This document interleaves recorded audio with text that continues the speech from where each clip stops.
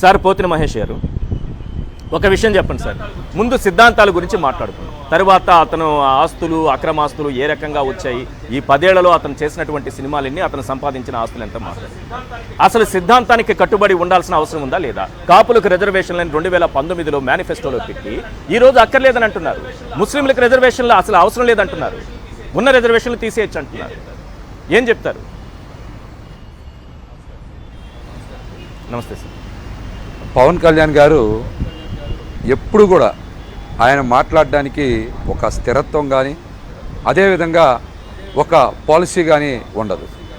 ఎందుకనంటే ఆయన మాట్లాడేటప్పుడు చూడండి, ముద్రగడ పద్మనాభం గారు కాపు ఉద్యమం చాలా బలంగా చేసేటువంటి టైంలో సినిమా షూటింగుల నుంచి బయటకు వచ్చి ఇది కరెక్ట్ కాదని మాట్లాడారు.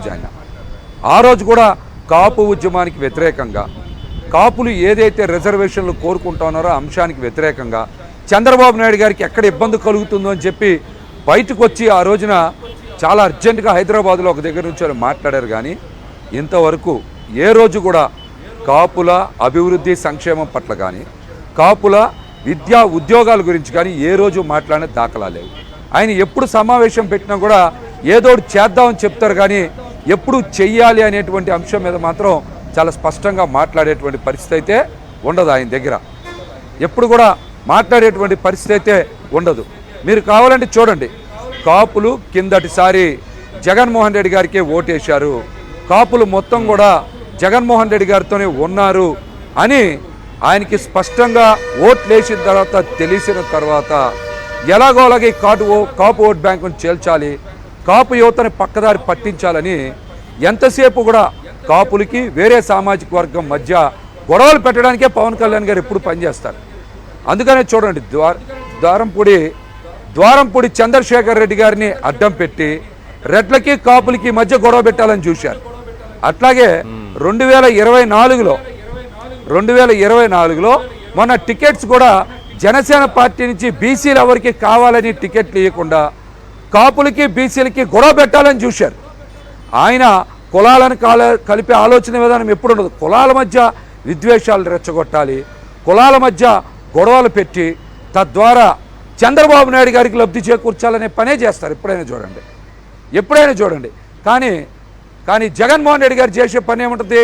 బీసీ ఎస్సీ ఎస్టీ మైనార్టీలకి 200 సీట్లలో 50% అంటే 100 సీట్లు కేటాయించినటువంటి వ్యక్తి జగన్మోహన్ రెడ్డి గారు అయితే, ఆయన బడుగు బలహీన వర్గాలకి, అత్యధిక జనాభా ఉన్న వాళ్ళకి, బహుజనులకి న్యాయం చేసే దిశగా జగన్మోహన్ రెడ్డి గారు ఆయన అంబేద్కర్ గారి ఆలోచన విధానం అమలు చేసేటువంటి వ్యక్తి, బలహీన వర్గాలకి బహుజనులకి అధికారం అందించేటువంటి వ్యక్తి, చట్టసభల్లో ప్రాతినిధ్యం కల్పించేటువంటి జగన్మోహన్ రెడ్డి గారు.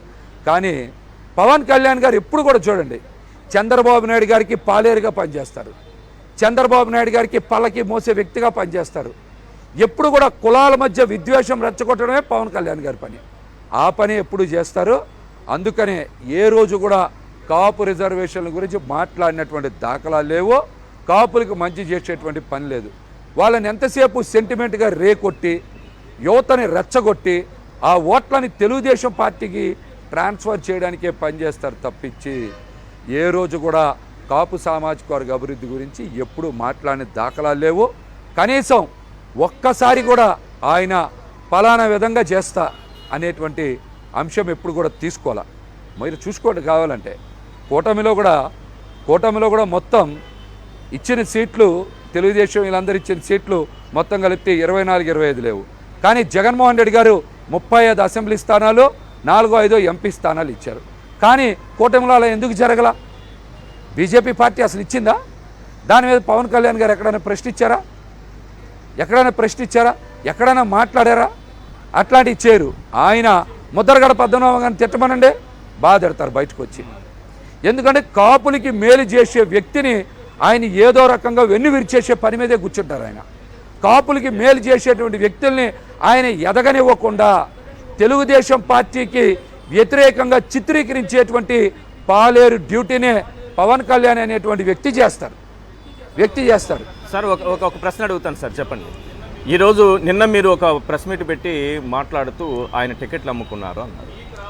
మీకు రావాల్సినటువంటి టికెట్ మీరే వస్తారు ఖచ్చితంగా అని నియోజకవర్గ ప్రజలు, జనసేన అభిమానులంతా భావిస్తున్నటువంటి తరుణంలో విజయవాడ పశ్చిమ టికెట్కి సంబంధించి మీకు రాలేదు. ఆ టికెట్ ఎలా వెళ్ళిపోయింది, ఎక్కడికి వెళ్ళిపోయింది, ఎంతకు వెళ్ళిపోయింది? మీ దగ్గర ఏమైనా ఆధారాలు ఉన్నాయి, చెప్తారా కనీసం? ఖచ్చితంగా.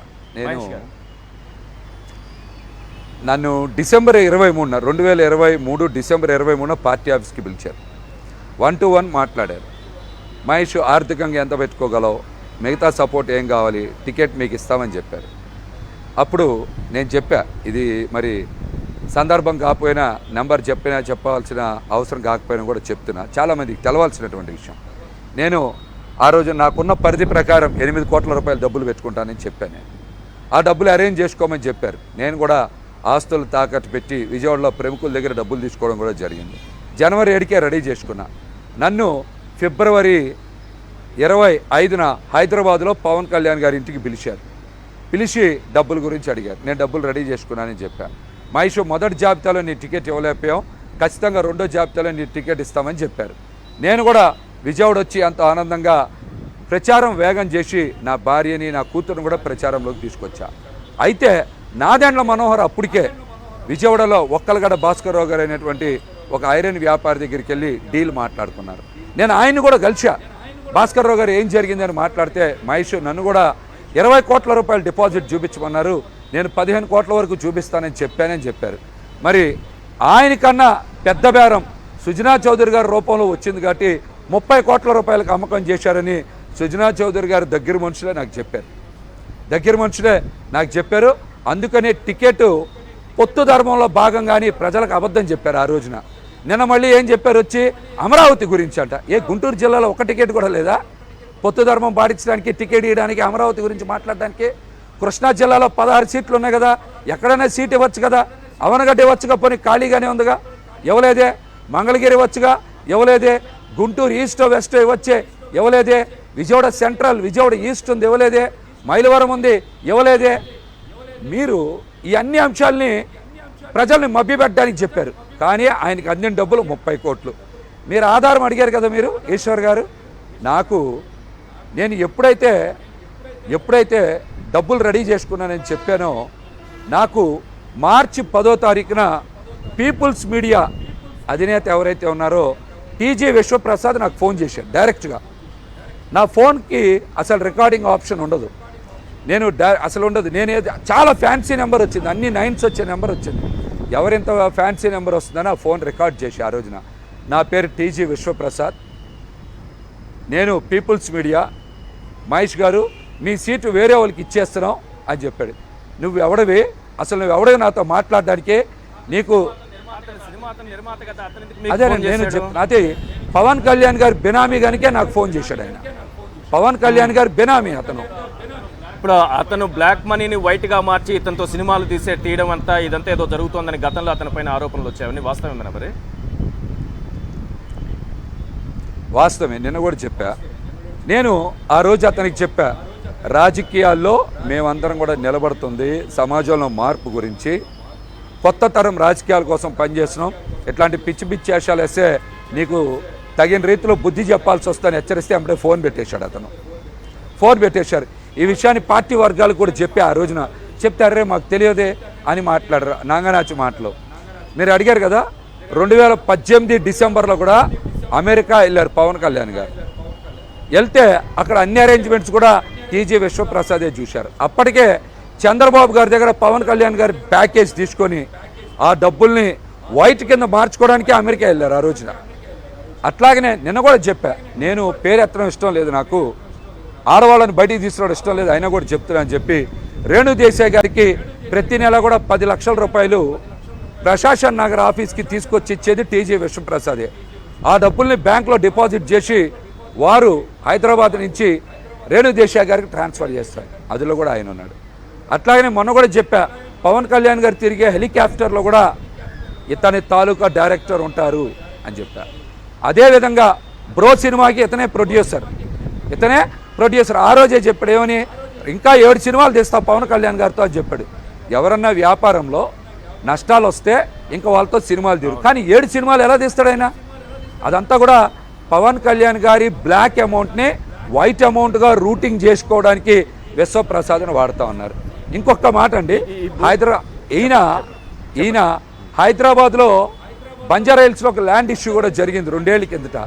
అందరూ కూడా టీజీ విశ్వప్రసాద్ గారికి సంబంధించి ల్యాండ్ ఇష్యూ జరిగింది అనుకున్నాం పెద్ద ఎత్తునది 2000 స్క్వేర్ యార్డ్స్కి సంబంధించి. కానీ అక్కడ కూడా పవన్ కళ్యాణ్ గారి దగ్గర పనిచేసే పోలీస్ శెట్టి సుభాష్ అందులో ప్రధాన నిందితుడు. ఆ ఎఫ్ఐఆర్ కూడా చూసుకోవచ్చు.